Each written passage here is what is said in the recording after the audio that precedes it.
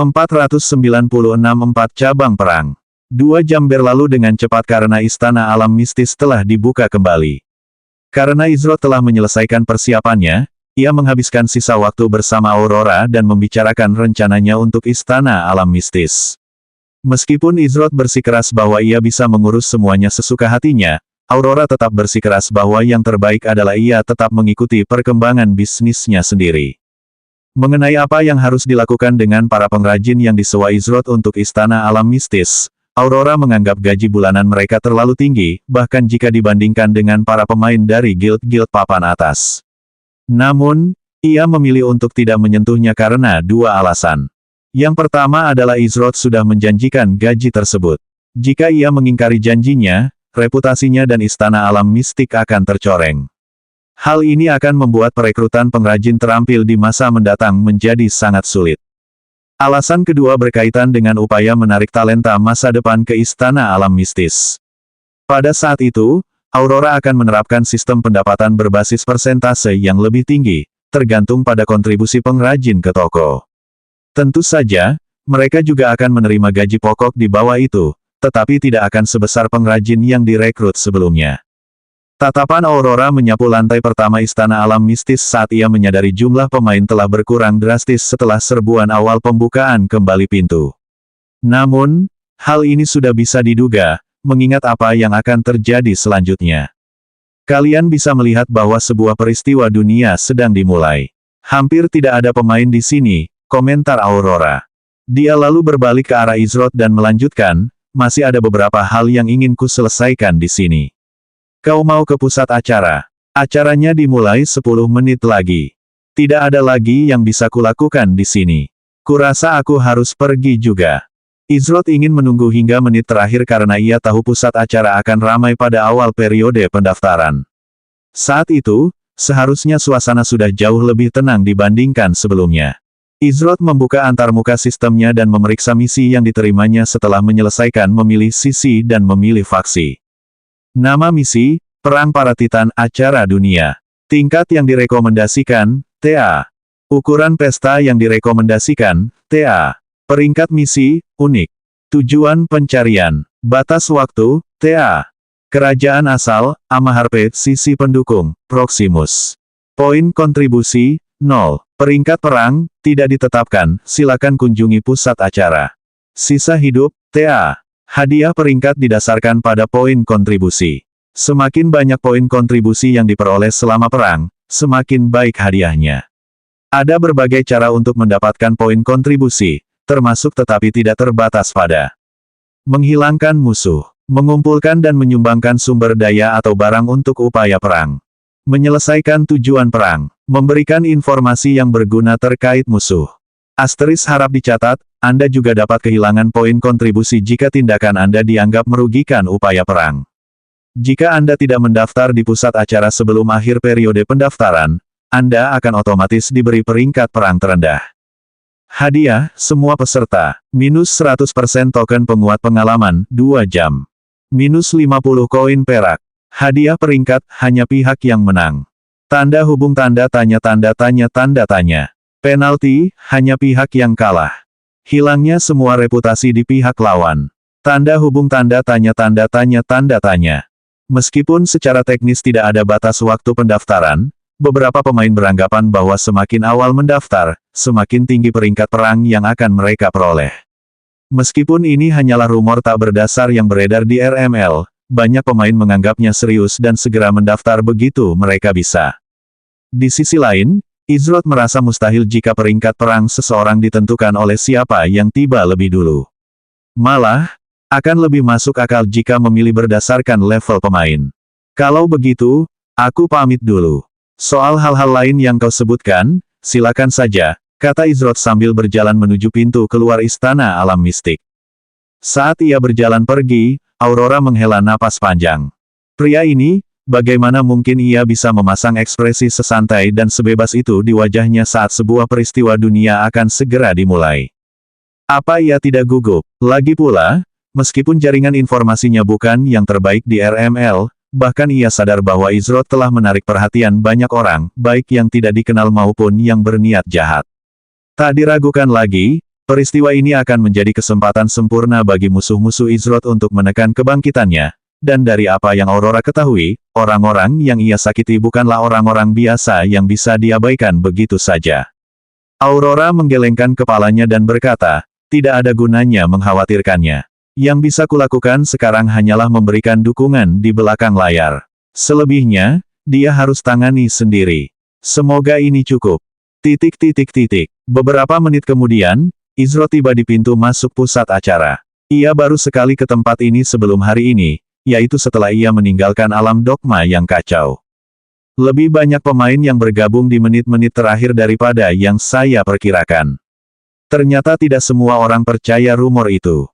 Untungnya, meskipun ada lebih banyak pemain dari yang diantisipasi Izroth, tidak butuh waktu lama baginya untuk mencapai counter informasi dan berbicara dengan salah satu NPC.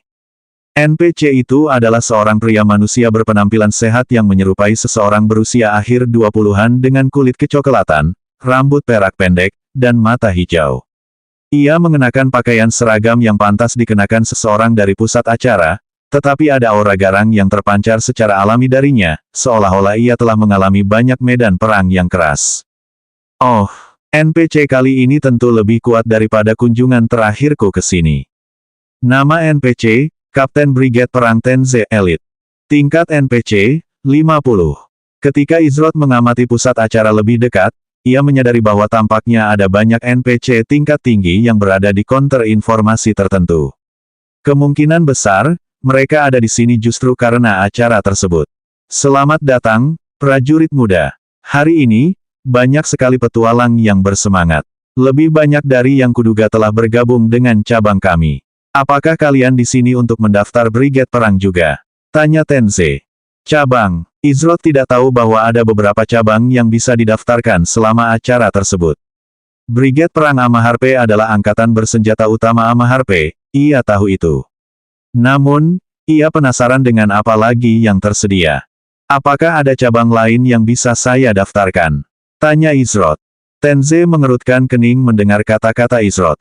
Namun, ia tetap menjawab, kau bisa mendaftar ke salah satu dari 4 cabang manapun. Brigade Perangku berfokus untuk menunjukkan kehebatan kami di medan perang. Ada juga divisi manajemen sumber daya, yang bertugas mengumpulkan sumber daya dan material untuk upaya perang. Lalu, ada grup intelijen perang dan unit dukungan umum. Tujuan yang pertama adalah mengumpulkan informasi yang berguna dan mendistribusikannya kepada sekutu kita. Tujuan yang kedua, seperti namanya, dukungan umum, memberikan dukungan dimanapun dibutuhkan. Perlu kukatakan juga bahwa semua cabang kami terhubung dengan sekutu kami untuk upaya perang ini. Namun, jika kau ingin dikenal, aku sarankan untuk tidak bergabung dengan unit dukungan umum. Tenze menjelaskan.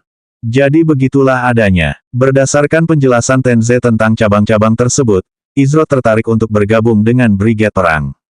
Divisi manajemen sumber daya tampaknya lebih ditujukan untuk para pengrajin, dan grup intelijen perang mungkin mengharuskan seseorang untuk menyusup ke garis belakang musuh untuk mendapatkan informasi.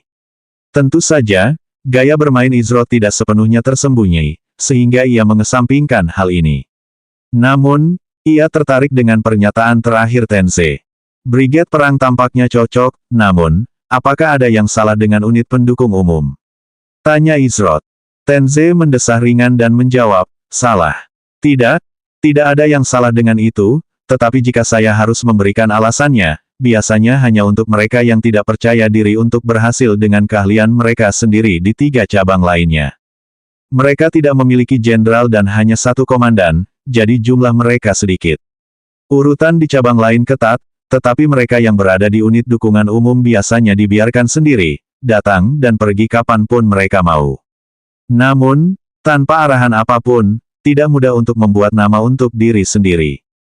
Tenze lalu menunjuk ke salah satu counter informasi di dekatnya yang kosong tanpa ada pemain yang berbaris di depannya dan melanjutkan, lihat tempat itu tanpa ada yang berbaris. Itu counter informasi unit dukungan umum. Itu saja sudah cukup untuk memberi kalian gambaran yang baik tentang reputasi dan keandalannya. Hanya pemain level bawah yang lemah yang akan mempertimbangkan untuk bergabung dengan unit pendukung umum, karena tampaknya paling santai dan tanpa beban. Sedangkan untuk cabang lainnya, persyaratannya lebih ketat. Namun, seperti yang dikatakan Tenze untuk cabang lainnya, jauh lebih mudah untuk membuat nama bagi diri sendiri selama seseorang memiliki bakat atau kekuatan. Wajar saja, guild-guild papan atas dan sebagian besar pemain akan berbondong-bondong ke cabang tersebut. Begitu, kau membuat pilihanku jadi mudah, kata Izrot dengan ekspresi riang di wajahnya. 1. Tenze mengangguk, kalau begitu, aku akan mendaftarkanmu ke Brigade Perang sekarang juga. Brigade Perang. Izrot memotong Tenze. Kapan dia pernah menyebutkan bergabung dengan Brigade Perang? Tenze memasang ekspresi bertanya-tanya di wajahnya saat Izrot berjalan meninggalkan konternya. Namun, ekspresinya yang penuh tanya itu segera berubah menjadi ketidakpercayaan, lalu dengan cepat menjadi kekecewaan. Sepertinya ia telah membuat kesalahan. Izrot berhenti di depan konter informasi unit pendukung umum. Ketika ia tiba, ada seorang wanita di balik konter dengan rambut ungu panjang dan berantakan, tampak seperti baru bangun tidur. Dibandingkan dengan seragam Tenze yang rapi, seragam wanita itu tampak berantakan dan kusut. Namun, mungkin yang paling aneh adalah wanita ini tertidur lelap di konter informasi, mendengkur pelan tanpa beban, sementara air liur menetes di sisi mulutnya. Hehe, tidak, aku tidak bisa makan lagi. Oke, mungkin satu lagi. Wanita itu benar-benar berbicara dalam tidurnya dengan senyum puas di wajahnya. Ini, nama NPC, Komandan Unit Dukungan Umum, Serafina. Tingkat NPC, Pemimpin Unit Dukungan Umum. Menurut Tenze, unit pendukung umum hanya memiliki satu komandan. Artinya, orang yang tidur di hadapan Izrot tak lain adalah kepala unit pendukung umum. Apakah unit dukungan umum kekurangan tenaga kerja? Brigade Perang mampu mengirim beberapa kapten, yang hanya satu pangkat di bawah komandan, untuk bertindak sebagai perekrut. Cabang-cabang lain juga memiliki banyak individu berpangkat tinggi dan beberapa loket informasi. Namun, unit dukungan umum tampaknya hanya memiliki satu loket informasi ini. Namun, karena penanggung jawabnya sendiri ada di sini, Tenze mungkin bersikap sopan ketika mengatakan bahwa tidak mudah untuk membuat nama di unit dukungan umum. Ada orang yang masih bergabung selarut ini. Serafina terbangun tak lama setelah Izrot mendekat. Ia mengangkat kepalanya sedikit untuk menatapnya dengan salah satu matanya terbuka. Warna mata itu senada dengan warna bunga Morning Glory. Dia lalu melanjutkan, datang telat banget. Seharusnya kamu lebih bertanggung jawab, tahu. Lagi pula, apa kamu yakin sudah di konter yang benar? Serafina menguap sambil bicara, meskipun bagian terakhir kalimatnya adalah sesuatu yang dia gumamkan sendiri. Bertanggung jawab. Apa ini datangnya dari wanita yang sama yang setengah tertidur dengan air liur mengalir di mulutnya? Izrot menepis perkataan Serafina dan berkata, aku ingin bergabung dengan unit dukungan umum, apakah itu masalah? Kenapa nggak cabang yang lain aja? Aku nggak mau banyak dokumen lagi, repot banget. Aku harus ngerjain semuanya sendiri, tahu nggak? Rengek Serafina sambil menyeka air liur di mulutnya dengan punggung tangan. Ini, apakah orang ini benar-benar kepala unit dukungan umum? 497 Komandan Unit Dukungan Umum, Serafina. Meskipun perilakunya yang dipertanyakan sebagai pemimpin cabang, Izrot tahu bahwa wanita di hadapannya bukanlah orang biasa. Jumlah NPC bernama yang ia temui di RML yang pangkat dan levelnya disembunyikan sangat sedikit.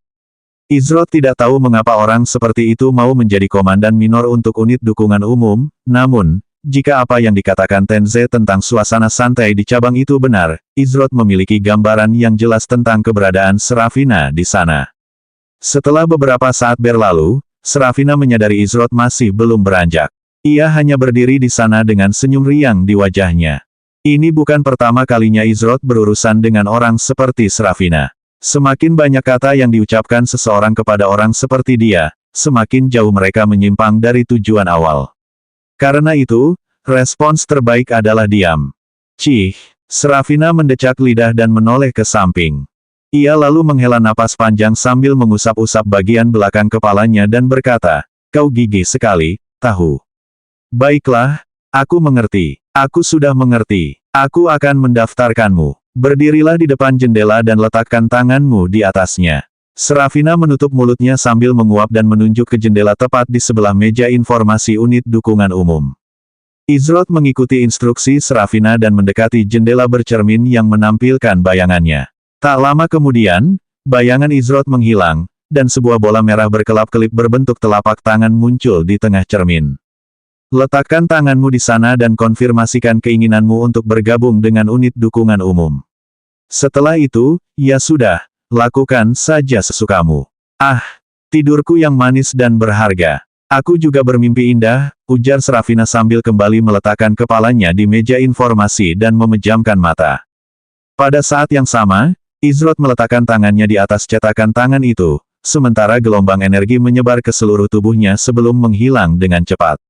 Beberapa detik kemudian, sebuah suara robot terdengar, datang langsung dari cermin di depannya. Pemain dikenali sebagai Izrot. Acara dikenali sebagai Perang Para Titan. Cabang perang saat ini belum ditugaskan. Apakah Anda ingin ditugaskan ke unit dukungan umum? Suara robot itu bergema. Ya, Izrot menegaskan. Mohon tunggu sebentar. Kesalahan. Nilai pemain yang tercatat melebihi kriteria maksimum unit dukungan umum. Pemain tidak dapat ditugaskan ke unit dukungan umum. Brigade perang sangat direkomendasikan. Melebihi nilai, tidak bisa ditugaskan. Izrot mengerutkan kening dalam hati.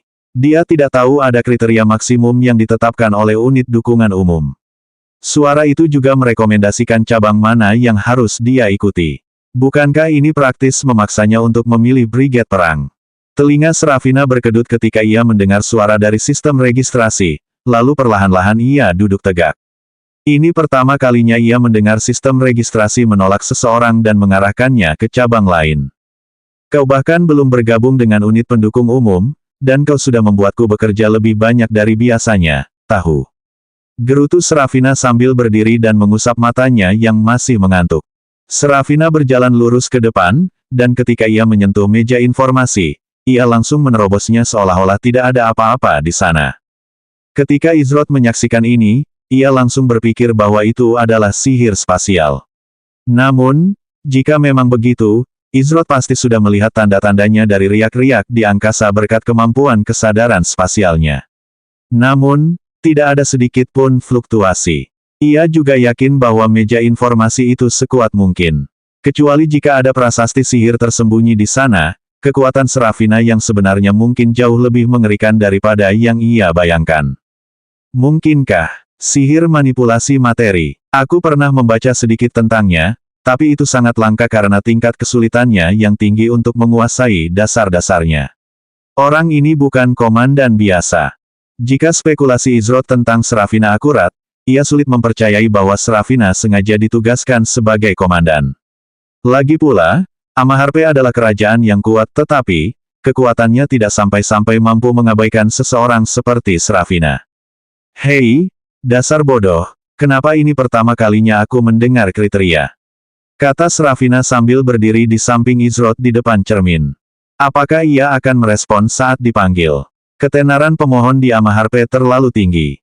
Pemohon diidentifikasi menyandang gelar pelindung Amaharpe. Bertentangan dengan harapan Izrot, cermin itu merespons. Sementara itu, Serafina tampak terkejut sesaat oleh reaksi cermin itu. Namun, itu hanya berlangsung sesaat. Namun, ia harus mengatakan bahwa ia tidak menyangka seseorang dengan gelar pelindung Amaharpe akan bergabung dengan unit pendukung umum dengan sukarela. Mendapatkan gelar itu sama sekali tidak mudah. Meskipun demikian, apa kau sedang mempermainkanku, dasar bodoh? Bagaimana itu bisa cukup untuk ditolak masuk ke unit pendukung umum bergengsiku? Hah, kau mau berkelahi denganku atau apa? Apa kau pikir aku tidak akan menghajarmu sekarang juga? Serafina merengut sambil meletakkan kedua tangannya di cermin seolah sedang berdebat dengan orang sungguhan. Kekerasan bukanlah jawaban untuk suara robot itu berbicara, namun, di tengah-tengah, tangan Serafina mulai muncul dan terbenam ke dalam cermin saat senyum puas muncul di wajahnya. Pemohon memiliki token kekaisaran lustrum emas, ujar suara robot itu dengan cepat. Setelah menerima jawabannya, Serafina melepaskan tangannya dari cermin. Wanita ini, apakah dia baru saja mengancam sistem otomatis? Saat pikiran ini terlintas di benak Izrot, Serafina berbicara dengan suara monoton dan tatapan kosong saat dia berkata, mengapa pemilik token kekaisaran Golden Lustrum ingin bergabung dengan unit dukungan umum? Siapa yang tidak tahu betapa bergengsinya memiliki salah satu token tersebut? Tanda seru. Individu yang memegang token Kekaisaran Lustrum Emas akan mewakili alam fana dalam pertarungan Kekaisaran Lustrum yang akan datang. Karena mereka bertindak sebagai perwakilan seluruh alam, mereka tentu saja diperlakukan sebagai pahlawan oleh berbagai kerajaan dan pantas mendapatkan rasa hormat yang besar. Lagi pula, lolos dari proses seleksi brutal itu adalah satu hal, tetapi masuk dalam 10 besar adalah cerita yang berbeda. Akan kukatakan sekarang, lebih baik kau bergabung dengan brigade perang seperti yang disarankan. Apa kau tahu tentang pangkat perang? Tanya Sravina. Aku tahu 1 atau 2 hal tentang mereka. Namun, beberapa bagian masih belum terjawab, jawab Izrod. Sravina mendesah dengan wajah kesal. 5 menit, kalau pria ini datang 5 menit lebih lambat, dia tidak perlu repot-repot melakukan semua ini dan melakukan begitu banyak pekerjaan yang tidak perlu. Tapi, karena dia memiliki token Kekaisaran Golden Lustrum, Sravina sudah bisa merasakan orang-orang tertentu akan sakit kepala jika dia mengusirnya begitu saja. Dengarkan baik-baik karena aku hanya akan menjelaskannya sekali. Sravina melanjutkan dengan mengungkapkan kepada Izrod bagaimana barisan perang bekerja. Menarik, sederhana, tapi secara keseluruhan efisien. Menurut Sravina, ada total 10 pangkat perang. Yang terendah dan paling umum, yang merupakan mayoritas pasukan tempur, adalah prajurit.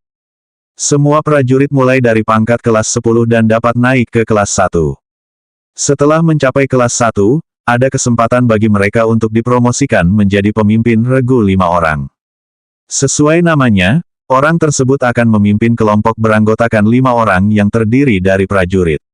Berikutnya adalah pemimpin regu 10 orang. Orang ini akan memimpin dan mengawasi 2 pemimpin regu 5 orang, serta prajurit di bawah mereka, yang semuanya harus melapor kepada pemimpin regu 10 orang. Struktur komando ini berlanjut dengan cara ini hingga ke puncak dengan mereka yang berpangkat lebih rendah diawasi langsung oleh seseorang yang berpangkat lebih tinggi dari mereka. Pangkat sisanya setelah pemimpin regu 10 orang, dari yang terendah ke tertinggi adalah letnan, kapten, komandan, jenderal, jenderal tinggi, panglima perang, dan terakhir, kepala perang. Hanya ada 1 war master di setiap kerajaan, dan merekalah panglima tertinggi yang memegang keputusan akhir atas masalah-masalah terkait perang. Misalnya, kali ini, war master kerajaan Proximus, Raja Zenru Proximus, yang membuat deklarasi perang.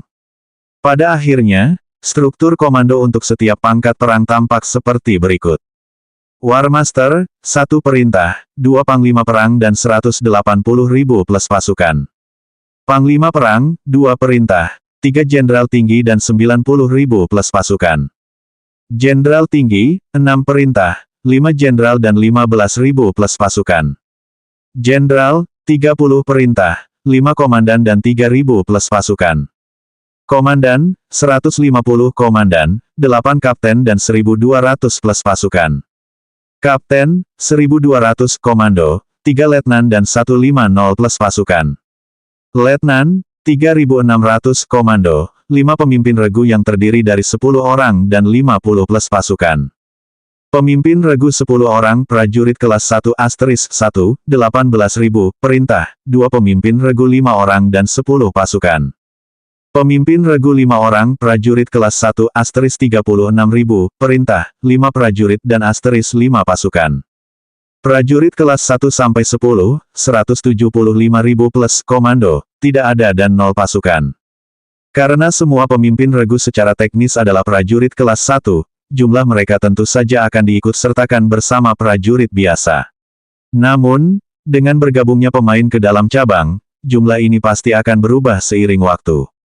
Meskipun pasukan Amaharpe, Proximus, dan berbagai sekutu mereka terikat, struktur komando yang telah ditetapkan tetap harus dihormati. Artinya, jika seorang jenderal tinggi dari Proximus ingin memberi perintah kepada seorang jenderal dari Amaharpe, kecuali atasannya sendiri memerintahkannya, mereka harus melaksanakan perintah tersebut. Namun, situasi seperti ini biasanya hanya terjadi di tengah pertempuran yang kacau.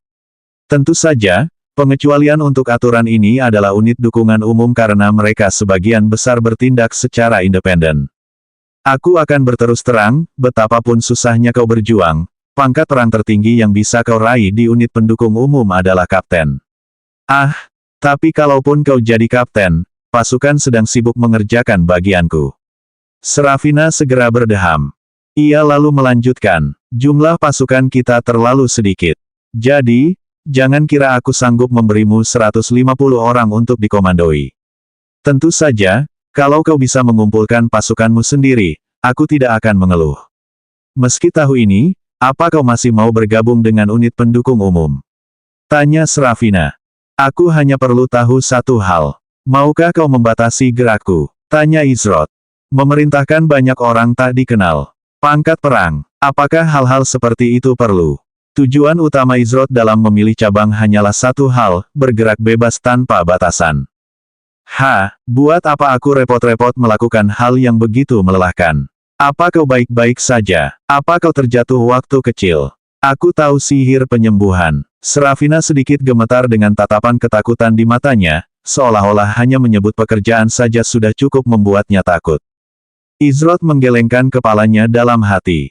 Apakah orang ini benar-benar anti bekerja? Selama kau tidak membatasi pergerakanku, pangkat perang tidak penting bagiku, ujar Izrod. Sistem penghargaan didasarkan pada poin kontribusi, bukan pangkat perang. Karena itu, Izrod tidak terlalu mempermasalahkan hal ini. Gigih banget. Baiklah, kita selesaikan saja ini supaya aku bisa tidur lagi, kata Serafina sambil memukul cermin. Dia kemudian mencondongkan tubuhnya dan berbisik ke cermin, orang bodoh, singkirkan dulu larangan itu dan terimalah lelaki ini untukku, kalau tidak aku akan. Serafina menggumamkan beberapa kata pilihan lagi saat cermin itu segera berbunyi. Penggantian manual selesai. Pemain Izrod telah ditugaskan ke unit dukungan umum. Pangkat perang telah ditetapkan, Letnan. Suara robot itu mengumumkan. Letnan, itu terlalu merepotkan. Sepertinya dia suka bekerja, jadi berikan saja dia kapten. Dia punya token, kan? Seharusnya tidak masalah, kata Serafina dengan nada acuh tak acuh sambil mengetuk cermin. Unit pendukung umum tidak memiliki cukup anggota aktif untuk kapten tambahan namun, sebelum suara robot itu bisa memberikan pernyataan lengkap, Serafina menatapnya dengan jengkel. Pangkat perang pemain Izrod telah dipromosikan menjadi kapten. Suara robot itu mengumumkan. 3. Tepat setelah suara robot itu selesai berbicara, sebuah peringatan sistem berbunyi. Namun, itu bukan peringatan sistem biasa, melainkan peringatan dunia. Ini sudah dimulai. Peringatan dunia, acara perang para Titan, telah dimulai. Peringatan dunia, antarmuka acara sekarang terbuka untuk semua pemain yang berpartisipasi. Acara dunia, War of the Titans, akhirnya tiba. 1 asterisk dalam penggunaan ini berarti angka-angka yang disebutkan tidak dihitung secara terpisah dari total. 498 waktu yang hilang, kesana Harpe. Setelah acara resmi dimulai, hal pertama yang dilakukan Izrod adalah membuka antarmuka acaranya untuk mendapatkan pemahaman lebih baik tentang tata letak dan fiturnya.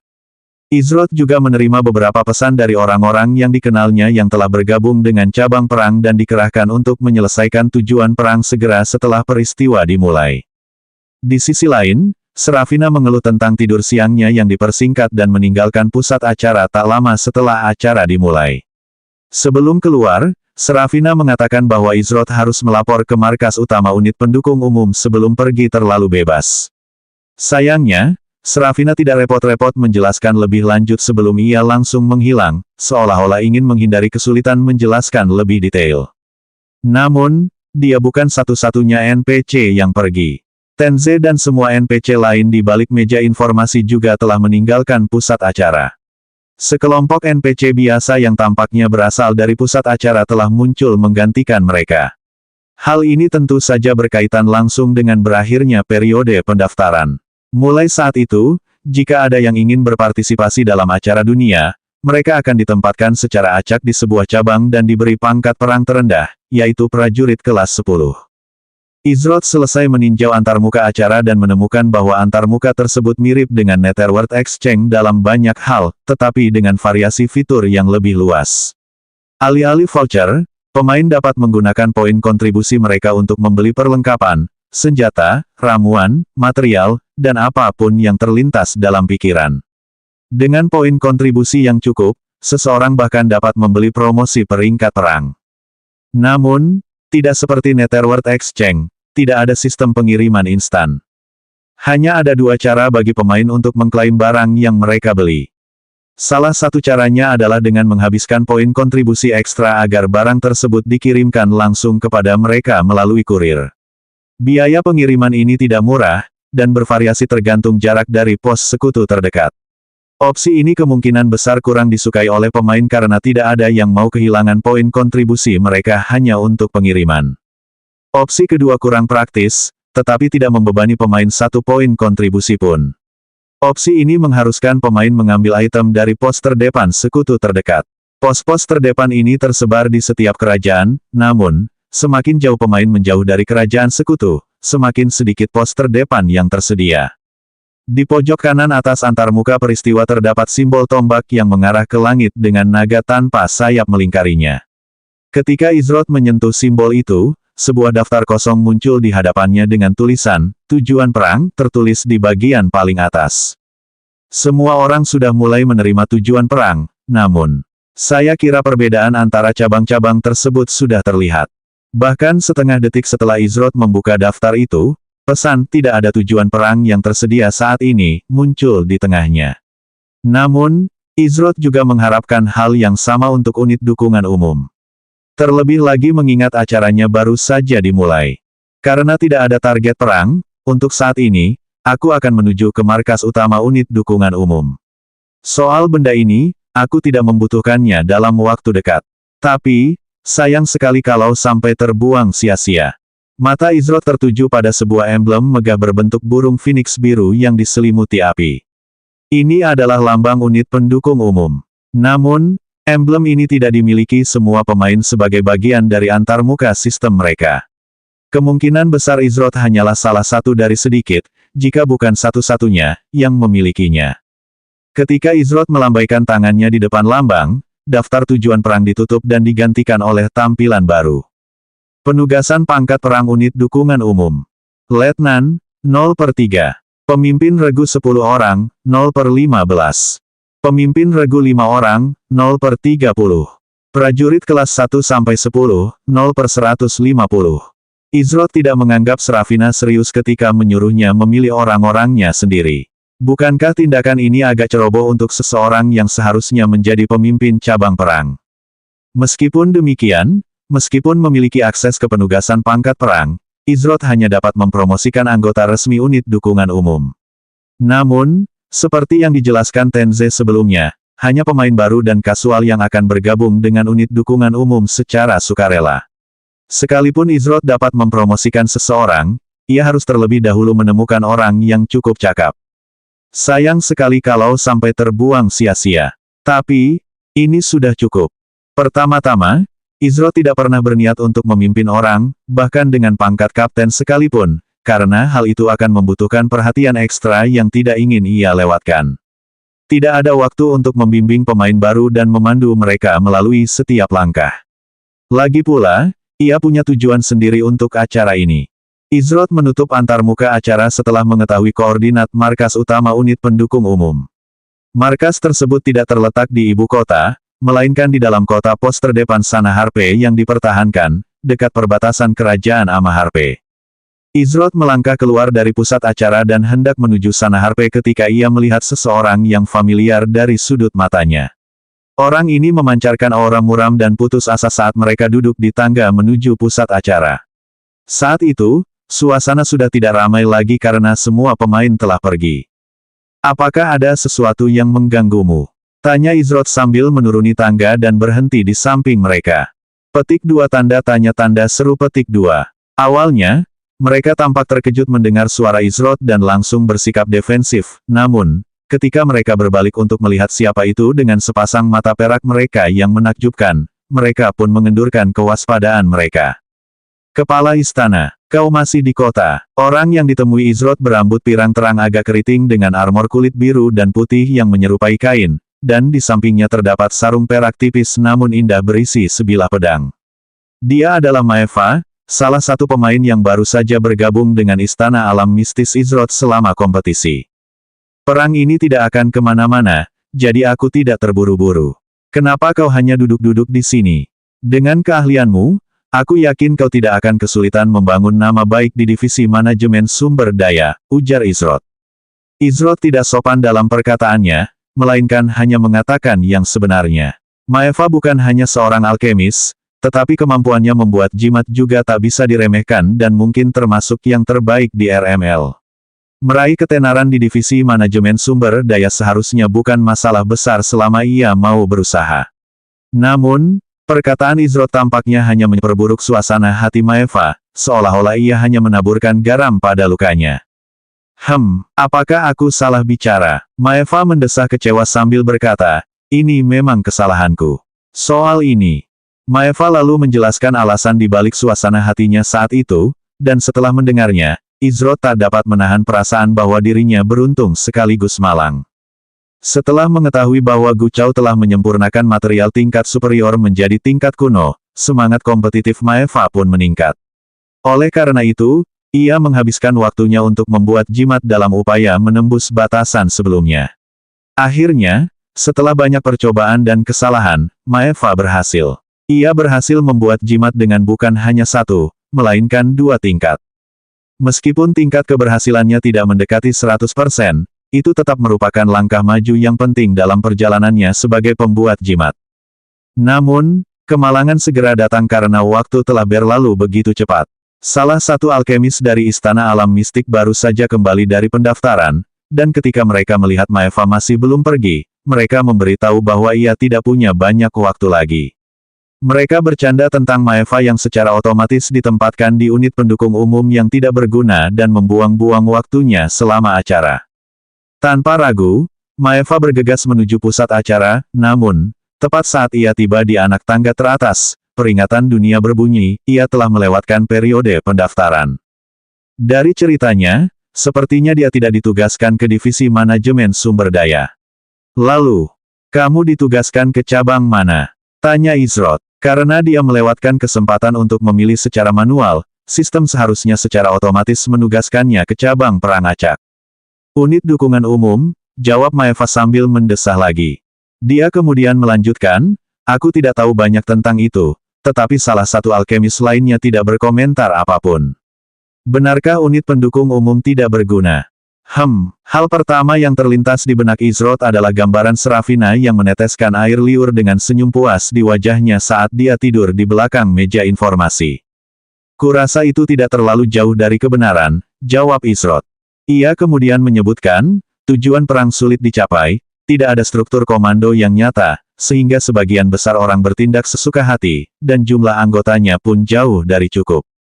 Setiap pernyataannya bagaikan tusukan tambahan bagi Maeva. Ia merasa seolah telah menanyakan pertanyaan itu kepada orang yang salah.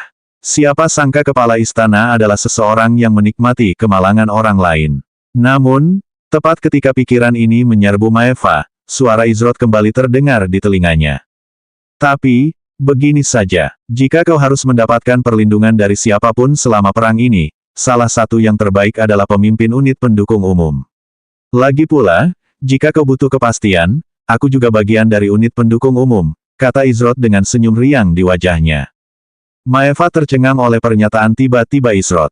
Ia bertanya-tanya mengapa seseorang sekaliber kepala istana mau bergabung dengan unit pendukung umum, alih-alih brigade perang. Dengan dukungan Istana Alam Mistik, ia bahkan akan berhasil di divisi manajemen sumber daya. Terang dan gelap biasanya selalu berdampingan. Karena keadaanmu sudah ditentukan, kau hanya bisa berusaha sebaik mungkin untuk memanfaatkannya, kata Izrod. Tidak lama setelah dia selesai berbicara, Maeva menerima peringatan dari sistem. Peringatan sistem, Kapten Izrod dari unit dukungan umum telah mempromosikan prajurit kelas 10 Maeva dari unit dukungan umum ke pangkat perang letnan. Sampai kau memutuskan bagaimana melakukannya, kau dipersilakan menemaniku, Letnan Maeva, tegas Izrod. Setelah melakukan perjalanan selama beberapa jam dan melewati berbagai pos pemeriksaan, Izrod dan Maeva akhirnya tiba di kota pos terdepan, Sana Harpe. Peringatan sistem, Anda telah memasuki kota pos terdepan, Sana Harpe. Namun, saat keduanya melangkah melewati gerbang kota, mereka disuguhi kejutan yang menyenangkan. Peringatan sistem, tujuan perang Anda telah diperbarui. 499 pangkalan operasi utama unit dukungan umum. 3. Oh, akhirnya muncul. Ini adalah pertama kalinya sejak awal peristiwa bahwa tujuan perang Izrot telah diperbarui. Aku mulai yakin kita tidak akan pernah mendapatkan satu pun tujuan perang. Mendapatkan satu tujuan perang segera setelah kita memasuki kota, bisa dipastikan itu termasuk klasifikasi tipe sekitar, ujar Maeva sambil membuka antarmuka peristiwanya untuk konfirmasi. Dia kemudian bertanya, haruskah kita menerima permintaan itu sekarang atau menunggu sampai setelah kita mengunjungi markas unit dukungan umum, Izrot? Setelah bepergian bersama selama beberapa jam, Maeva merasa lebih nyaman di dekat Izrot dan bahkan mulai memanggilnya dengan nama, alih-alih kepala istana. Yang mengejutkan Izrot, setelah Maeva mengatasi kecanggungan awal bepergian sendirian dengannya, ia menjadi lebih ramah dan terbuka daripada yang awalnya ia duga. Karena Maeva sering memancarkan aura hikmat dan acuh tak acuh di sekitar orang lain, ia yakin Maeva akan kesulitan bergaul dengan anggota istana alam mistis. Namun, ternyata Maeva tidak sengaja memancarkan aura seperti itu, ia hanyalah seorang individu yang pemalu. Ayo kita mampir ke markas dulu. Kalau target perang masih ada setelah urusan kita selesai, kita terima saja, jawab Izrot. Tidak lama kemudian, Izrot dan Maeva menuju pangkalan unit dukungan umum di dekat pusat kota. Dari segi ukuran dan penampilan megahnya, Sanaharpe sama sekali tidak sebanding dengan ibu kota Amaharpe. Paling-paling, kota ini bisa digolongkan sebagai kota biasa di kerajaan Amaharpe. Meskipun demikian, kota ini ramai dengan pemain dan NPC yang berpindah-pindah tempat. Sanaharpe dijaga dengan ketat, dan jumlah pasukan yang memasuki kota tampaknya terus meningkat setiap saat. Apakah sesuatu yang besar akan segera terjadi? Tanya Maeva saat melihat anggota Brigade Perang bergerak sibuk di sepanjang jalan. Nama NPC, Prajurit Brigade Perang kelas 10. Tingkat NPC, 20. Nama NPC, Prajurit Brigade Perang kelas 8. Tingkat NPC, 22. Nama NPC, Prajurit Brigade Perang kelas 1. Tingkat NPC, 30. Mengingat letak tempat ini, hanya masalah waktu sebelum seseorang mengambil langkah pertama. Ini bukan lagi pertanyaan bagaimana, tetapi kapan, ujar Izrot. Dalam perjalanan mereka ke markas unit pendukung umum, ia menjelaskan kepada Maeva keadaan seputar Sanaharpe yang ia peroleh selama berada di perpustakaan Istana Amaharpe. Sanaharpe biasanya bertindak sebagai pos terdepan dan kota perdagangan karena dekat dengan perbatasan kerajaan pertama Amaharpe, kerajaan ke-6 Rosentarus, dan kerajaan ke-7 Malentansium. Terletak di suatu titik yang tidak terlalu jauh dari Sanaharpe, terdapat sebidang tanah yang dikenal sebagai zona tanpa izin. Di titik ini, perbatasan Amaharpe, Rosentarus, dan Malentansium terhubung. Zona tanpa izin juga dipenuhi dengan sumber daya alam dan material langka yang melimpah, sehingga ketiga kerajaan membangun pos terdepan di dekatnya untuk memastikan pihak lain menaati perjanjian. Namun, setelah perang pecah, tidak ada jaminan bahwa pihak lain tidak akan melanggar batas wilayah mereka. Kabar baiknya adalah Amaharpe bersahabat dengan Rosentarus, sementara keduanya tidak berhubungan baik dengan Malentansium, yang memiliki hubungan dekat dengan kerajaan Tempes. Hal ini tentu saja merugikan Malentansium. Namun, bukan berarti Amaharpe dan Rosentarus akan mudah menduduki zona tak berizin. Lagi pula, kekuatan militer Malentansium memang tak bisa diremehkan. Kalau benar katamu, cepat atau lambat pasti akan ada acara besar di sini. Kita mungkin bisa membawa pulang poin kontribusi yang lumayan. Kalau beruntung, mungkin kita juga bisa mengumpulkan materi dan sumber daya yang berguna, ujar Maeva. Akan ada banyak peluang yang lahir dari lokasi ini. Kita harus memanfaatkannya sebaik mungkin, tegas Izrot. Apakah ini bagian dari alasan mengapa dia menyarankan saya mengunjungi tempat ini terlebih dahulu? Jika Serafina merekomendasikan tempat ini sambil mempertimbangkan semua yang baru saja mereka sebutkan, maka dia mungkin lebih peduli terhadap berbagai hal daripada yang dia akui. Beberapa saat kemudian, saya tarik kembali ucapan saya. Wanita itu terlalu ceroboh. Izrot dan Maeva berada di dalam markas utama operasi unit pendukung umum, jika memang bisa disebut begitu. Bangunan itu kecil, bahkan tak sampai setengah ukuran lantai pertama Istana Alam Mistik. 5 orang berlarian dengan sibuk, dan orang yang tampaknya memegang komando berada di belakang meja dengan tumpukan dokumen yang menumpuk hingga ke langit-langit. Mereka adalah seorang pria berkulit terang yang tampaknya berusia awal 30-an dengan kepala botak berkilau, mata biru tua, dan raut wajah yang tajam. Ia mengenakan baju zirah berlapis perak yang megah dengan hiasan emas di sekeliling tepinya. Nama NPC, Unit Dukungan Umum Divisi 4 Kapten Unit 1 Hyasin Langka. Tingkat NPC, 50. Komandan itu, lain kali kalau ketemu lagi, aku janji bakal ngomong sesuatu. Lain kali aku pasti ngomong sesuatu. Janji deh. Gumam Hyasin dalam hati sambil terus mengisi tumpukan dokumen itu. Heh, Kapten, kau selalu saja begitu, iya. Kurasa kalau sudah menyangkut komandan, kau tidak berani menolak. Hahaha, komentar salah satu orang yang berlarian dengan heboh. Tak lama kemudian, tawa semua anggota unit pendukung umum yang hadir pun pecah. Siapa bilang aku tidak bisa menolak? Lihat bagaimana aku menolaknya lain kali, Hyasin berbicara ketika salah satu anggota GSU, lainnya tiba-tiba berbicara. Komandan Srafina, kau sudah kembali? Tanya salah satu anggota. Komandan, saya sedang mengerjakan dokumen seperti yang Anda minta. Lihat, bagaimana kalau kita berdua makan siang bersama? Saya traktir, raut wajah Hyasin langsung berubah gembira, dari pipi hingga telinganya memerah, dan ia berdiri dengan gembira. Namun, ketika ia melihat ke arah pintu masuk dan melihat Srafina tidak ada di sana, ia terdiam dan perlahan-lahan duduk. Namun, tawa di sekitarnya meledak menjadi lautan tawa. Ahahaha, penolakan apa, Kapten? Kami tahu kau jatuh cinta pada komandan. Bagaimana bisa kau menolaknya ketika dia meminta sesuatu padamu? Ahahaha. Ya, kami mendukungmu, Kapten. Kapten, benarkah Anda bergabung dengan GSU dengan rambut panjang yang lebat, tetapi rontok setelah 1 tahun? Kalian semua, sumpah deh, lain kali aku bakal ngaku. Aku bakal nyatain perasaanku. Sial, mataku kemasukan pasir. Kata Hyasin sambil menyeka air matanya yang mulai mengalir. Hah, tapi, kita kan di dalam gedung. Kok bisa ada pasir di sini? Gumam salah satu anggota GSU. Lagi pula, apa yang kau tahu? Komandan sendiri bilang dia suka pria botak yang pekerja keras. Seru Hyasin bangga. Beberapa jam yang lalu di pangkalan operasi utama GSU sebelum kedatangan Izrot dan Maeva. Hei, Hyasin, begini, aku punya banyak sekali dokumen. Dan aku butuh bantuan, tahu. Ini terlalu banyak untuk ditangani sendirian, dan aku tahu aku selalu bisa mengandalkanmu di saat-saat sulit, tahu. Jadi, bisa tolong bantu aku? Srafina berbicara dengan polos dan malu-malu, bibirnya sedikit terangkat sambil mengedipkan mata, memainkan jari-jarinya, dan terus-menerus bergerak-gerak.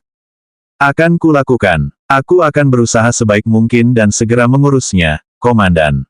Jadi, soal makan siang, Hyasin menerima tanpa ragu, tetapi langsung disambut embusan angin kosong begitu beberapa kata pertama terucap dari mulutnya. Terima kasih, Hyasin. Kamu memang yang terbaik. Aku tahu aku bisa mengandalkanmu. Pria botak yang pekerja keras memang yang terbaik. Srafina sudah hendak keluar pintu sambil melambaikan tangan saat Hyasin menerima tawaran itu dan melesat pergi dari tempat kejadian. Yang terbaik. Beberapa kata terakhir terngiang di telinga Hyasin saat dia terdiam. Petik 2. Baiklah, aku akan selesai semua dokumen ini. Aku sangat bersemangat sekarang, teriak Hyasin, sementara anggota GSU lainnya menatapnya dengan tatapan iba. Pada saat itu, pikiran yang sama terlintas di benak para anggota GSU secara bersamaan, Panglima sungguh kejam dengan caranya sendiri. Ini, apa kau yakin kita di tempat yang benar? Tanya Maeva sambil mengerutkan kening. Dibandingkan dengan anggota Brigade Perang yang dilihatnya berbaris di jalan dengan seragam, anggota GSU tampak terlalu santai karena begitu dekat dengan zona perang potensial. Ini koordinat yang benar, jawab Izrot. Oh, ada pendatang baru lagi. Salah satu NPC yang membawa setumpuk kertas berhenti ketika melihat Izrot dan Maeva. Dia agak pendek dengan rambut hitam panjang diikat, mata coklat, dan mengenakan pakaian kasual dengan pedang yang terpasang di ikat pinggangnya.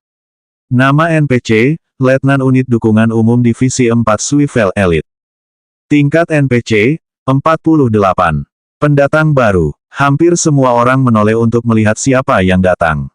Jarang sekali mereka menerima satu pendatang baru.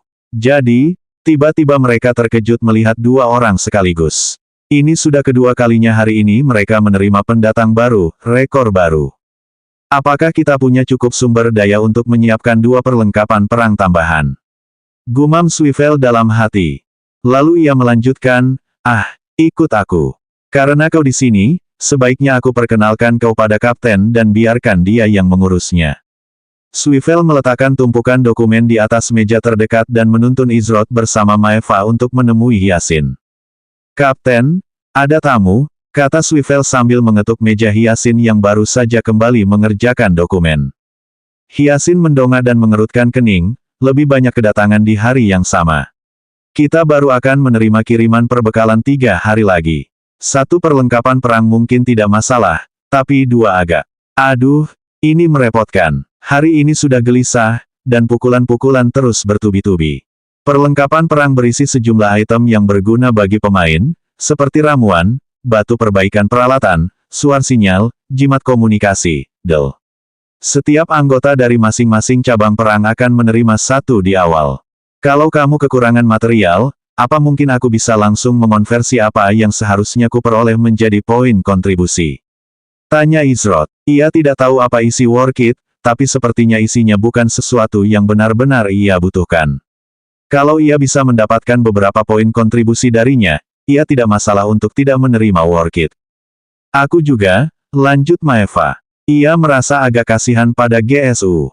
Mereka kekurangan staf dan sumber daya, jadi ia akan merasa terganggu jika mengambil persediaan terakhir mereka. Lagi pula, jika ia bisa mendapatkan beberapa poin kontribusi sebagai imbalannya, itu belum tentu kerugian. Ya, kurasa itu bisa berhasil. Kalau begitu, aku akan memberimu 3 poin kontribusi masing-masing sebagai ganti perlengkapan perangmu. Sekadar informasi, perlengkapan perang biasa bernilai 2 poin kontribusi. Tapi, karena ini sebagian salah kami, aku menambahkan 1 poin lagi.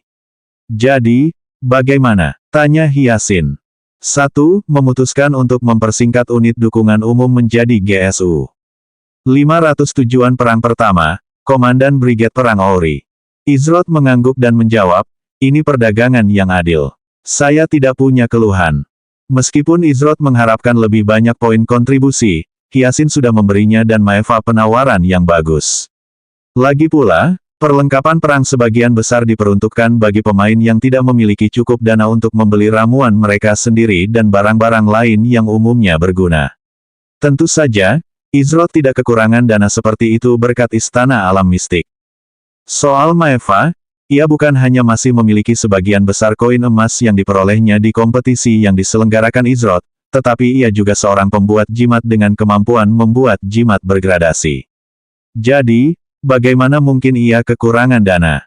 Baiklah, kalau begitu sudah beres. Sebagai imbalan atas kehilangan perlengkapan perang kalian, masing-masing dari kalian akan mendapatkan 3 poin kontribusi, Hyasin mengonfirmasi. Hampir segera setelah itu, Izrod dan Maeve menerima peringatan sistem. Peringatan sistem, Anda telah memperoleh 3 poin kontribusi dengan menukarkan item berikut, perlengkapan perang. Total, 3. Bagus, unit dukungan umum beruntung memiliki orang-orang yang bijaksana seperti kalian.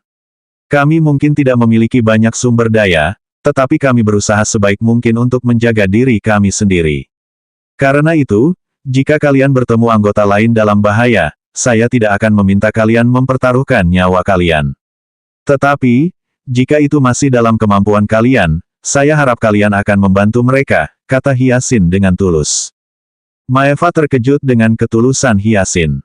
Lagi pula, kesan pertamanya terhadap GSU memang tidak begitu baik. Namun, Maeva yakin bahwa mungkin ia terlalu terburu-buru menilai buku dari sampulnya, alih-alih isinya. Sekarang setelah semuanya siap, silakan periksa papan tujuan perang GSU. Misi utama kami adalah bertindak sebagai kekuatan pendukung bagi cabang-cabang lainnya. Hal ini dapat dicapai dengan berbagai cara. Saya juga perlu menyebutkan bahwa GSU tidak memberikan tujuan perang dengan klasifikasi tipe langsung, jelas Hyasin. Tujuan perang memiliki 4 jenis klasifikasi, umum, sekitar, langsung, dan darurat. Saat ini, Izrod dan Maeva hanya melihat jenis sekitar, yaitu ketika mereka pertama kali memasuki Sana Harpe. Sesuai namanya, tujuan perang akan muncul ketika pemain menginjakkan kaki di area tertentu. Sedangkan untuk 3 objektif lainnya, Izroth dan Maeva hanya mengetahui namanya karena antarmuka peristiwa, namun, mereka tidak tahu apa bedanya dengan objektif perang tipe sekitar. Namun, jika nama mereka merupakan representasi akurat, Izroth sudah memiliki gambaran yang baik tentang bagaimana objektif perang lainnya berfungsi. Izroth memutuskan untuk mengikuti saran Hyasin dan berjalan untuk melihat papan tujuan perang GSU. Papan itu terletak di dekat bagian belakang ruangan, dan penampakannya tidak terlalu jauh dari dinding layar di dalam rumah lelang.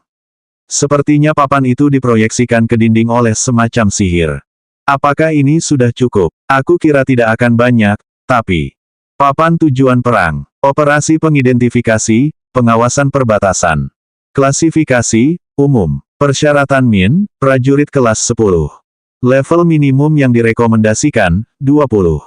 Slot tersisa, 13/45.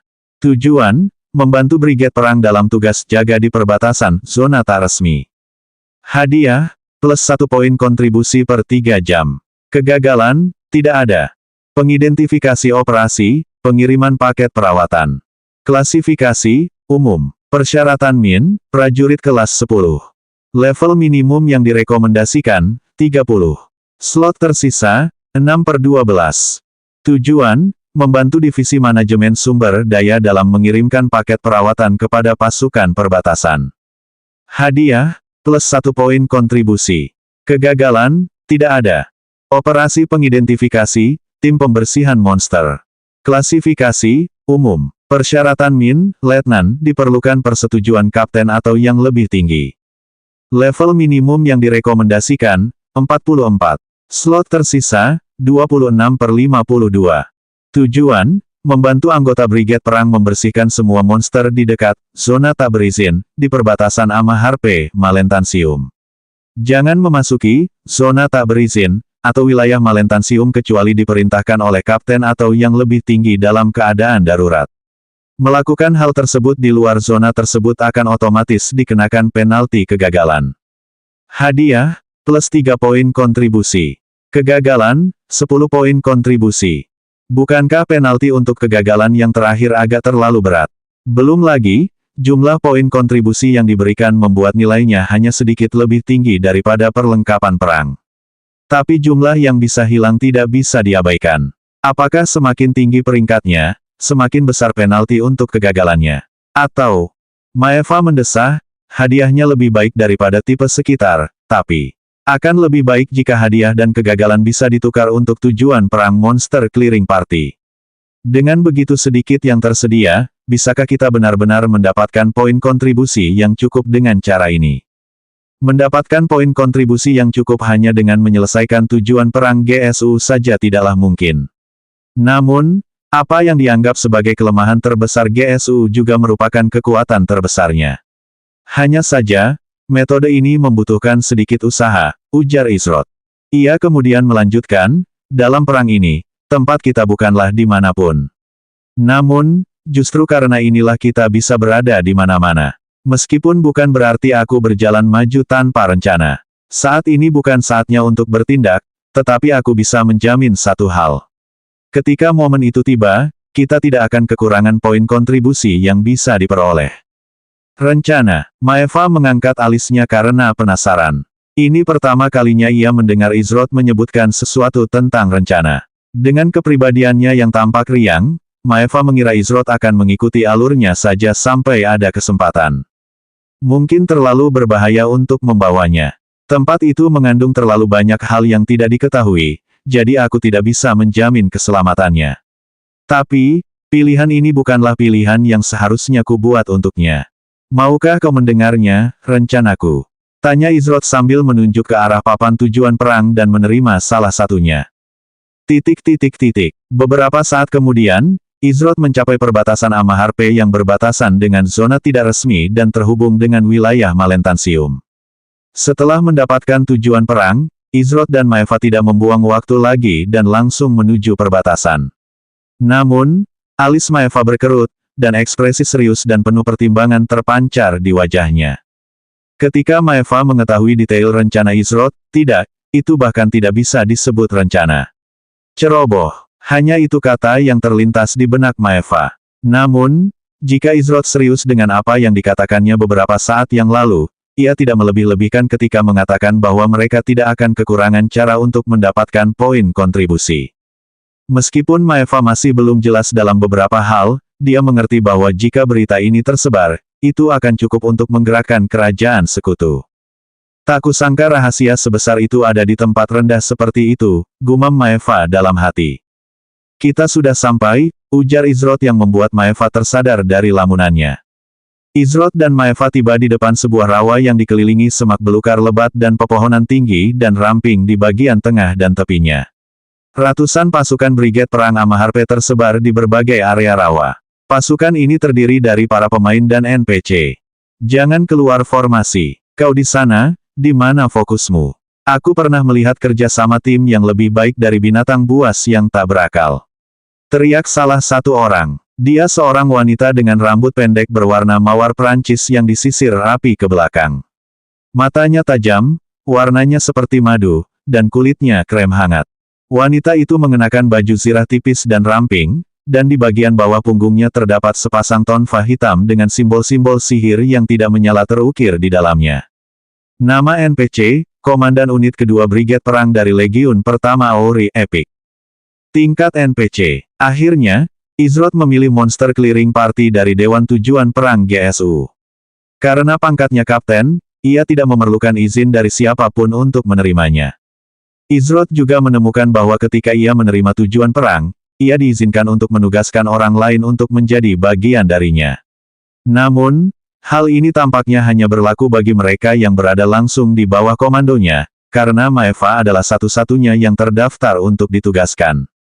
Sebagai seorang kapten, penalti juga berada dalam kendalinya jika ia dapat membenarkan situasi tersebut sebagai keadaan darurat. Memiliki seorang komandan yang ditempatkan di garis depan dan menggunakan pasukan untuk membersihkan ancaman di sekitar. Tampaknya kecurigaan saya sebelumnya benar. Ketika Izroth memikirkan betapa dekatnya lokasi ini dengan wilayah Malentansium dan zona tak berizin, masuk akal jika Amaharpe tidak akan membiarkan semuanya terjadi begitu saja. Tak diragukan lagi, cepat atau lambat mereka akan bergerak menuju zona tak berizin. Izroth kemudian mengalihkan perhatiannya kepada Auri, yang mencoba mengoreksi kerja sama tim yang canggung dari para pemain yang baru saja bergabung dengan Brigade Perang. Sayangnya, sebagian besar pemain terbiasa menyerang tanpa rencana. Mereka gagal memikirkan posisi mereka dan posisi segala sesuatu di sekitar mereka. Melawan binatang buas, hal itu bisa diabaikan sampai batas tertentu. Namun, melawan mereka yang memiliki kecerdasan dan pengalaman, hal itu bisa menjadi kesalahan fatal. Dia tidak sekuat Serafina, hanya saja kehadirannya terasa agak aneh. Izroth tidak tahu pasti, tetapi ada sesuatu yang berbeda pada Auri. Ia mengaktifkan indera penglihatan energinya untuk mengamati lebih dalam, namun, ia tidak menemukan sesuatu yang aneh. Auri mengalihkan pandangannya ke Izroth begitu ia menggunakan indera penglihatan energinya. Ia sudah lama menyadari keberadaan Izroth dan Maeva di medan perangnya. Karena mereka bukan anggota unitnya, wajar saja jika ia terus mengawasi mereka. Namun, sepertinya salah satu dari mereka kurang sopan. Mengintip wanita ini, apakah kau sudah melihat semua yang ingin kau lihat? Tanya Auri dengan tatapan tegas sambil berbalik menghadap Izroth dan Maeva, yang menghampirinya. Izroth menonaktifkan indera penglihatan energinya dan menjawab dengan ekspresi acuh tak acuh, jika aku menyinggungmu, Komandan, itu bukan niatku. Hanya saja kehadiranmu terasa sangat berbeda dari orang normal. Oh, Auri menyipitkan mata sejenak mendengar pernyataan Izroth. Jelas ia tak menyangka mendengar kata-kata itu keluar dari mulutnya. Dia lalu berkata, kenalilah dirimu. Izroth menghapus sebuah insignia biru muda berbentuk burung phoenix dari inventarisnya. Insignia ini milik unit dukungan umum dan otomatis ditambahkan ke inventaris Izroth setelah bergabung. Semua cabang perang memiliki insignia serupa yang bervariasi dalam warna dan tampilan. Insignia ini menampilkan pangkat perang resmi pemain dan terikat jiwa pada individu tersebut. Saya Izroth, Kapten Divisi 9 GSU dari Unit 1. Ini letnan saya, Maeva. Kami akan berada di bawah pengawasan Anda untuk sementara waktu, Komandan. Izrot menjawab dengan acuh tak acuh. GSU. Divisi ke-9. Tanya Ori dengan sedikit cemberut. Semua orang tahu GSU hanya punya 8 divisi, sejak kapan divisi ke-9 muncul. Selanjutnya bab 513 aturan Ori, rawa bergetar.